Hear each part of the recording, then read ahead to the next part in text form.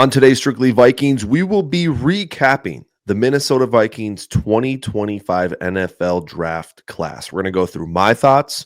We're going to see what others think, these quote unquote experts think about the Vikings draft. I'm going to explain my grudge with draft grades given out immediately after the draft. I'll explain in a little bit. The Vikings found a quarterback too. We'll take a side eye look around the league, look at what other teams did in the draft. And then we're going to take a draft edition Facebook scroll of the week. See how the Facebook fans of the world are feeling about the Vikings draft. Let's get right into it.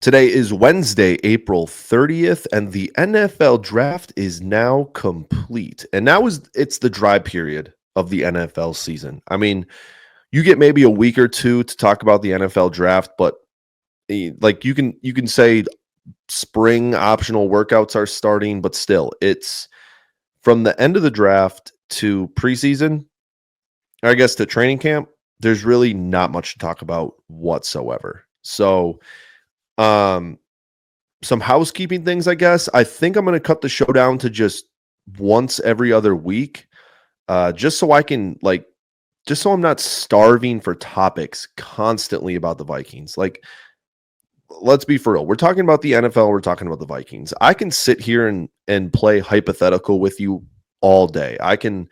What if the Vikings did this? What if they did that? Look at past games. But I want to keep the content fresh, especially when it's only me talking. And another update, there's going to be big stuff for this podcast coming in year 2.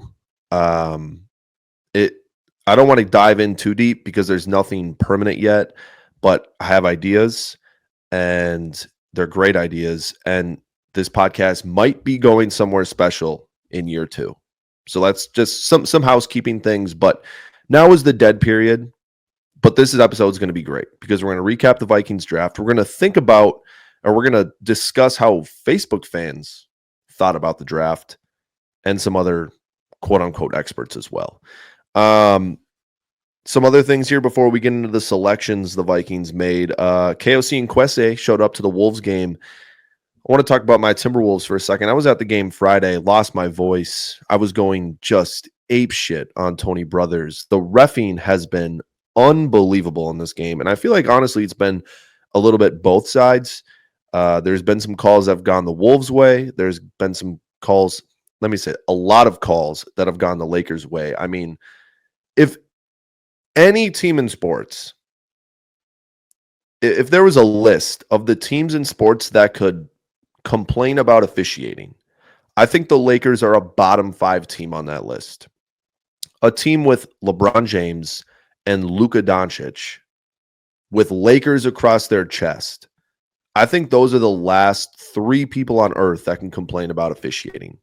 Those are the guys that get the calls. Those are the guys that have the whistles. And that is the team that is notorious for having the whistle. And if there's ever a team that the NBA is going to make sure succeeds, especially with the officiating, it's going to be the Los Angeles Lakers. But Wolves have been great. They're up 3-1. They play tonight, if you're listening to this on Wednesday. Chance to close out the series. I'd rather just get it done in LA. Don't make this thing go 6. Don't make this thing go 7. Just get this series over with. Get on to the next round where you're most likely going to play Golden State. A series in which you could be favored in to win, to be honest. It's going to be a great series. Anthony Edwards has wanted. I'm not even going to talk about the Timberwolves Warriors because the Timberwolves need to finish this thing out now. So let's not get ahead of ourselves here. And then one quote from Kevin O'Connell. He spoke to the media a couple days ago. I hope people haven't forgotten about Dallas Turner. I'm expecting a big leap from year 1 to 2. Very exciting stuff from Kevin O'Connell. You love to hear it. And I love to hear stuff like this from KOC because I know he's not bullshitting. I know he's not just spewing it out there. And I'm pumped for Dallas Turner. I honestly think he was just too young last year to play in the NFL. He didn't know what it was about. He didn't know what it all contained. And I think him getting a full offseason to work and prepare for the NFL now that he knows what is ahead of him is going to be big for his confidence. His physical ability, like I think this kid has potential. I mean, obviously he has potential. He was a top whatever pick in the draft. I'm excited for Dallas Turner. But anyway, let's get to this year's draft. The Vikings made 5 selections in the 2025 NFL draft, starting it out with round 1, pick 24, Donovan Jackson, All-American guard from Ohio State. He played some left tackle as well down the stretch for the national championship run. Some people are calling the Vikings offensive line the Great Wall of St. Paul. Not sure how I feel like that. I feel like we could be a little bit more creative, especially because the Vikings don't play in St. Paul. They are Minnesota, and I get it's the capital, but at the same time, they play in Minneapolis. So, we could work on it. My overall thoughts on this are positive. I'm not the biggest fan of selecting offensive guards in the first round just because I think they're one of the least important positions on the field. But when the Vikings offensive line replaces, 2 out of the 3 interior guys, they already have 2 stud tackles, and you just need one more guy at left guard, and you can draft that guy and he can start. Why not? I mean, you're drafting a starter. You're not drafting a guy who you hope can play at a starter level. You're drafting a guy that you're drafting him because he's going to be the starter. You're not drafting him to sit behind Blake Brandel. You're not drafting him for depth. You're drafting him because he's going to play right away, and that's kind of exciting in its own aspect of the pick. I don't mind the pick. Again, it's a starter. He's going to play, and all of these Vikings fans, we'll see in the Facebook scroll of the week, but all the fans that bitched about the offensive line for years and years and years, and now the Vikings are finally doing something about it. So I think we should be excited about that. There's not really much else to break down from an offensive guard perspective. I mean, he's a big guy, 6'2", 300, probably north of 600 or north of 300. He can make some noise. He can be a bowling ball. And again, if Darrisaw isn't ready to go at left tackle week 1, why couldn't we see Donovan Jackson bump out there to left tackle and have Brandel play left guard? So we'll see what happens. But overall, I love the first round pick. You get a guy that's going to start. You get a guy that's going to play. And Donovan Jackson just seems like a good kid. Round 3, pick 102, Tai Felton, Maryland wide receiver. I feel like Tai provides a different element to the receiving game than Addison and Jefferson do. He's more of a short yardage guy, tunnel screens, quick throws. He got 94 balls last year, 94 96, which was 4th in college football. And if Vikings wide receiver coach Keenan McCardell, who's been a huge factor in Justin Jefferson's success, Jordan Addison's success, even the success of guys like Jalen Nailor, Brandon Powell, if a guy like that is excited for Tai Felton, then I'm going to be excited for Tai Felton. I believe he brings traits that you can't coach. He's got good speed. He's got good route running. I just think, 1, he's got to put on some weight. 2, he's got to be a little bit more physical at the top of routes and the point of contact with his hands, just fighting through contact, being able to catch the ball. He also brings special teams capabilities too. He can return punts. Why not throw him back there at kick returner? Just a flexible guy, wide receiver 3. And I know a lot of people are going to say, oh, we have Jalen Nailor, we have Rondale Moore. Okay, Jalen Nailor could get paid after this season. So what's the answer then? Rondale Moore is coming off an injury. Is he still the explosive guy that he once was? Or is Tai Felton just better? I mean, they obviously had their eyes on Tai Felton, and he fell to the 3rd round, and they got him. And that's exciting. The war room was pumped after they got him. So I think Tai Felton brings a different element to this offense. I think he's going to be competing with Rondale Moore and Jalen Nailor for some wide receiver 3 snaps. But yet again, I think he's got some things to work on, but they're not things they're things you can coach. They're not things that are like impossible for him to get down. Round 5, pick 139. I'm sorry if I botched this name. Tyrion Ingram-Dawkins, Georgia defensive lineman. The Vikings do need youth and depth at the defensive line.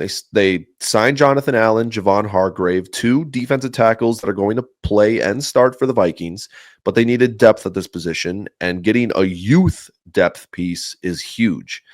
He had the highest broad jump from a defensive tackle since 2003, and the second highest vertical from a defensive tackle since 2003 at the NFL Combine. So that gives you somewhat of an idea of how much of an athlete this guy is. They called him, and he instantly said, "They gon' pay."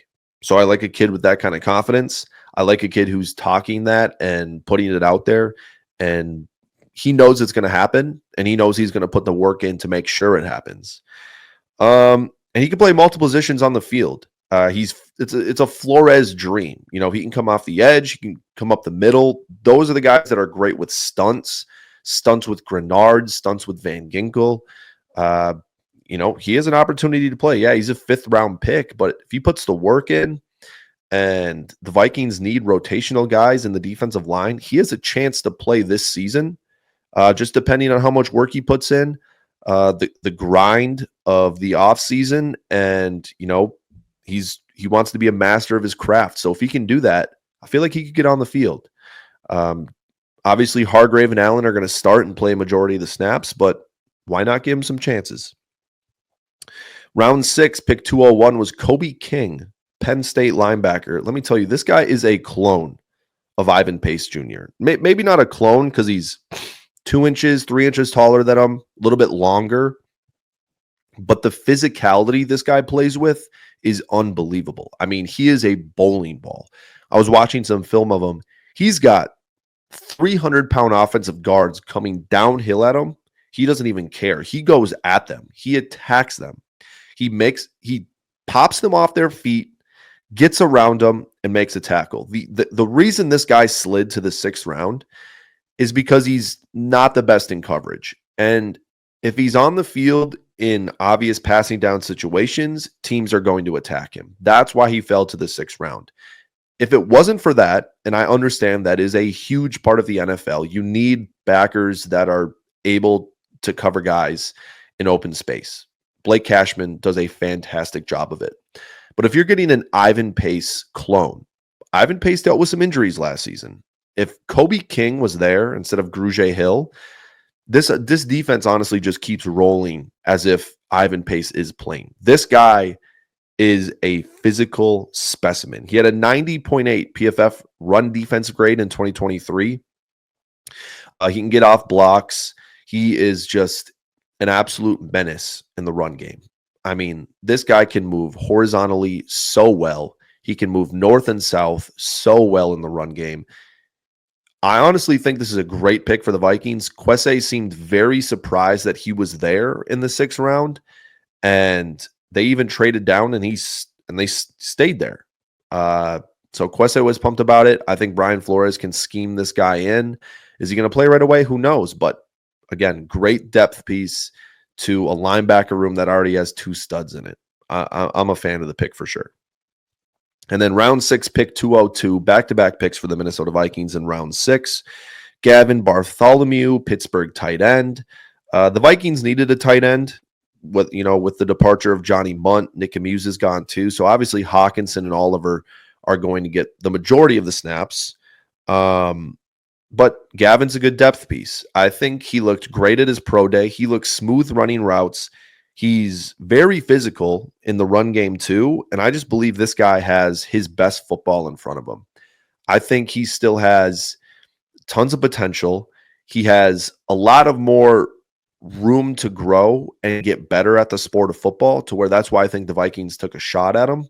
He's not going to be he's not going to come out of nowhere and just be some absolute crazy gifted wide receiver, tight end, whatever you think you would want him to be. He's not going to be, but he's a great depth piece. And I think the Vikings, got a guy they needed. They needed a 3rd tight end, but they also brought in some undrafted free agents at tight end too. And I think him and the 2 other guys are going to be competing for that tight end 3 spot. So we'll see what happens comes training camp. And then the Vikings traded down 30 spots between the 4th and 5th round to grab Sam Howell. So they traded 30 spots down. They got Sam Howell. You're not giving up much. it keeps the streak alive for the Vikings having very exciting backup quarterbacks. This is a guy that threw 21 touchdowns and 21 interceptions in a season with the Commanders, in a season where he was sacked so many times. So I would love to see what Sam Howell can do with an offensive line that can block, with an offense that has unbelievable weapons, and an offense that can run the ball. So obviously, it's hard to compare his past stops to where he's at now, just because of the differences in offenses, the difference in schemes, the difference in coaching.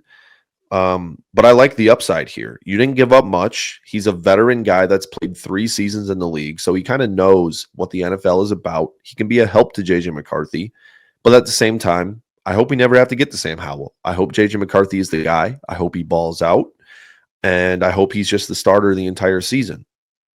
But if it does get to Sam Howell, I don't mind it. I don't mind the upside. I think Kevin O'Connell obviously sees something in Sam Howell that he likes. Strong arm, decent build. He's mobile. He's honestly, he's kind of built like JJ McCarthy. They're not the craziest runners in the world, but they can do it if they need to do it. And they both got strong arms. So I think it's a good pickup for the Vikings. They got their quarterback too. Aaron Rodgers is out the door. I don't think there's not much to dislike about the Sam Howell move. Overall draft thoughts, I thought the Vikings guys that they got were great. I think there were guys of need. Yeah, you could have gone secondary a little bit, but I also think the secondary is deep. I think the Vikings are really high on Theo Jackson. I think they love obviously they love Harrison Smith. Josh Metellus is great. And the cornerback room, the Vikings are high in Mekhi Blackman, and I am too. I know he's coming off an injury, but I feel like he can make some plays for this defense. Isaiah Rodgers, they're very high on, a guy that just probably couldn't see the field that much in Philadelphia last year because he was just buried in the depth chart. I mean, that one play of Isaiah Rodgers locking up Jamar Chase does a lot for me. I'm not saying you're going to get that consistently, but that just kind of shows you the potential a guy like Isaiah Rodgers has. Obviously, you re-signed Byron Murphy. And then, who am I forgetting here?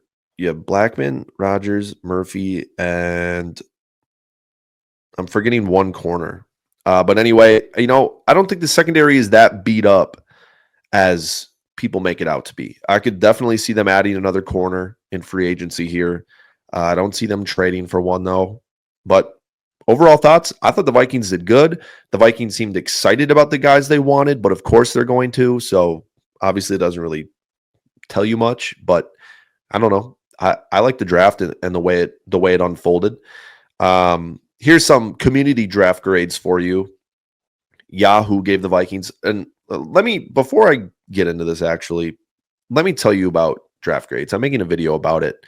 I made a video about it today. You probably already saw it if you do watch my stuff, but draft grades are the dumbest thing ever. Immediately after the draft are the dumbest thing ever. The Seattle Seahawks in 2012 were given an F because they drafted Bobby Wagner, Russell Wilson, Bruce Irvin, and traded for Marshawn Lynch. They were given an F for getting those guys. Those core guys won a Super Bowl and got them to another. So that's just an example of how stupid post-draft grades are, because literally all it is the guys who make the mock drafts or the guys who do the analysis on the draft. It's whoever got the guys that they initially liked. It doesn't matter who did what. It's, oh, I like this guy, he went there, they get a high draft pick or a high draft grade. Like, that's what it is. It's just guys doubling down on what they've already said. So with that being said, let's look at what the Vikings draft grades are. Yahoo gave him a C. ESPN gave him a B-. NBC gave him a C-. NFL gave him a B. PFF gave him a C-. And in another article on PFF, they were last in the biggest winners of the 2025 NFL draft. And of course, only drafting 5 guys is going to be a big reason for that. But again, if freaking Kobe King turns out to be a starter, if Donovan Jackson's an all-pro guy, if Ty Felton's getting snaps and is a great special teams guy, it's like the draft wasn't that bad at all. And especially in a draft where you only had 4 picks entering in. So it's all relative. we're going to see what happens with this draft. The real draft grades you can do is go back 2 years, go back 3 years, and then grade drafts. See how the guys are playing. See if the guys are still even on the team. Those are the drafts that need grades right about now. All right, let's take a side eye look around the league here. I'm not going to bore everybody with just a bunch of draft nonsense because, again, you really can't tell how good a draft is until they start playing on the field. Shedeur Sanders slides to the 5th round. I honestly think this was just a mix of the media portrayed Shedeur Sanders in a way that he wasn't actually on the field. I think Shedeur Sanders thinks he's a lot better than he actually is, and trying to close that gap is going to be big for him. I think most NFL teams viewed him as a backup quarterback and did not want to deal with the headaches that would come along with a backup quarterback. They don't want to deal with Dion. They don't want to deal with Shedeur's immaturity, the way he carries himself. It's just a lot. And honestly, the Browns drafting him, he could very well be the starter for the Browns week 1. He joins a quarterback room with Kenny Pickett, Dylan Gabriel, Joe Flacco, Deshaun Watson, probably not going to play, but he could very well be the starter. And I hope Shedeur is good, but that's honestly why I think he fell, just because the draft interviews went terrible. And I think the NFL saw a guy they don't really want to deal with, especially if he's just going to be a backup quarterback. So him sliding to the 5th is kind of crazy. I did think he should have gone, maybe not in the 1st, but at least the 2nd. But obviously NFL teams thought differently. Ashton Jeanty went to the Raiders, and most importantly, not to the Bears. The Ashton Jeanty to the Bears rumors were heating up towards the draft, and I'm just extremely happy that he is not going to the Bears. The Packers drafted a 1st-round wide receiver for the first time since 2002. First-round wide receivers have a pretty high hit rate, which means we're just due for a bust. So Matthew Golden, I mean this in the nicest way possible, but I hope you are a 1st-round bust just because you play for the Green Bay Packers. Lions have a solid draft. They drafted some guys that I liked, but again, you can't really tell who had a good draft until 2-3 years after the draft actually takes place. Travis Hunter to the Jaguars. I thought the Jags trading up for Travis Hunter was a smart move. I think you get a guy that's going to put asses in the seats. He's one hell of a football player. And yeah, you got to sit there and decide, is he going to play offense or defense? But instead of looking at it as a bad thing, why don't you just look at it as a good thing? I have a football player so talented on my team that he can play both sides of the ball. Maybe he's not going to, and he's probably definitely not going to, but he's so good at the sport that he can play both sides. I think this is perfect for the Jags. I think they needed a guy that's going to give them national attention. I think they needed a guy that's just a great football player that can help them in a numerous amount of ways, and another weapon for Trevor Lawrence. I think it was a good pickup. I think the Browns did a good job too, drafting Mason Graham. I don't think they could have used a guy like Travis Hunter, sure, but I just think the Browns have so much more to think and worry about than wide receiver and corner. I think they just need to start from step number 1, build the trenches. They got more picks. I liked what the Browns did in the trade. That was about it from the rest of the draft. I'm not going to go through like every team selections because that's just mind-numbingly boring. But again, thought the Vikings did a decent job. All right. We're going to look at a Facebook scroll of the week. Some Vikings fans had some very hot takes about I don't know about hot takes, but a lot of people disagreed with Quessé. And again, we're dealing with people on Facebook, people who think they should be the GM of the Minnesota Vikings, which is just not the case whatsoever. But let's just see what these people have to say. Look, I generally don't like to disagree with the front office, and I am by no means an expert. Okay, so you're not an expert. But it's hard for me to understand why we wouldn't, 1, draft a running back in an incredibly deep running back class where a 5th rounder in 2025 is equal to a 3rd rounder in most other years. I get what he's saying. It is a deep class. But at the same time, okay, you could get guys undrafted that would have been drafted in previous years. So, and the Vikings did that. They just thought other guys were higher than them. And they did sign Jordan Mason, trade for him, actually. So Jordan Mason and Aaron Jones are going to get a majority of the carries this season. 2, draft Shedeur Sanders super late. Use him as a backup for a year or two, show his humble side, and then trade him for 10 times the value we got him after the stigma wears out off a bit. That would just never happen. 2, you never draft a guy in hopes of trading him. It's not a fantasy football draft. And you're not going to go around being like, oh yeah, Shedor's attitude is completely changed. We completely changed the man. He's a different man now. So how much do you want him for? Do you want 5 first-round picks? Okay. That just doesn't work in the NFL. And drafting a guy like Shedeur for the sole reason of trading him is only going to make his stigma worse. Why are you drafting a guy that you know you're not going to play? Why are you drafting a guy that's only going to cause problems in the locker room because he's not seeing the field? Doesn't make any sense. Someone said the Jets had Trader Rick in their war room. They're so screwed. Obviously, Rick Spielman, former Vikings GM. Yeah, I mean, Jets drafted Membo. I think it was an all right pick. Someone said fans for years. We need an O-line. Vikings, draft an O-line and get O-line. Fans, what are we doing? Fire Kwesi. True. I like to think most of these people are complaining because of the GM, not the pick. It's actually a good way of saying it. I feel like people are so against Kwesi that just no matter what he does, they're just going to criticize it and just dissect it to a degree that it shouldn't be dissected. Someone said Vikings should draft Shiloh Sanders to replace Harrison Smith. If he retires, watch his highlights before you judge the name. Yeah. I don't need to watch the Shiloh Sanders highlights. Him going undrafted makes a lot of sense. Him playing the most amount of years in college football he can makes a lot of sense. If this kid didn't have the name Sanders, nobody in the world would know about him.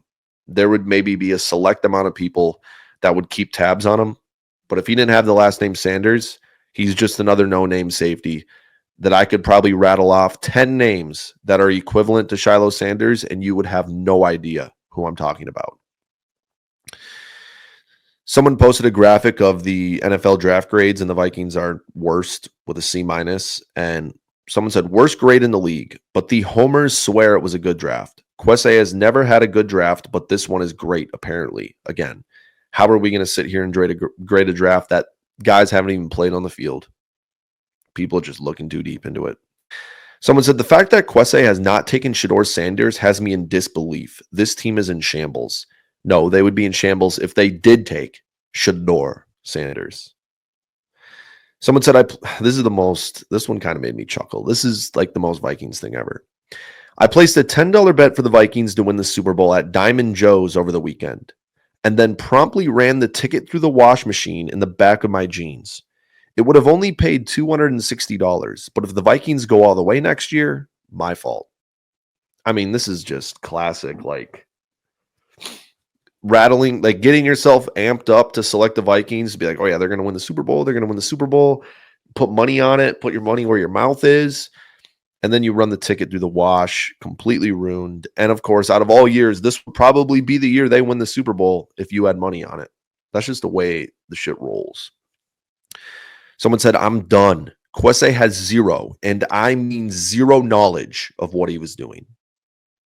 See, I just think that's just not true. These are just where the Facebook GMs come in and always try and state their opinion and what they would have done and how there's such a better GM than Kwesi is. And, you know, I've done a million mock drafts on PFF, and I know exactly what the hell I'm doing because I'm an expert. No, Kwesi gets paid millions of dollars because he knows what the hell he's doing. So why does everybody just back off? All right. That concludes Facebook Scroll of the Week. Let's name the most random Vikings player. Name the most random Vikings player you can think of. I'm going to see if ChatGPT, I don't know how often it updates. Let's just go with Donovan Jackson. Maybe that'll be like the Vikings just took Donovan Jackson, so he's pretty random. All right, name those random Vikings player you can think of. Jim Kleinsasser. I feel like that's happened before. I'm definitely going to get it one of these days. Guys, I appreciate you guys. I will keep you posted on if there's going to be a show next week. If not, just plan on the week after for the show, and there'll be more to talk about. But again, I'm promise you guys, big things are coming in year 2. Appreciate you guys.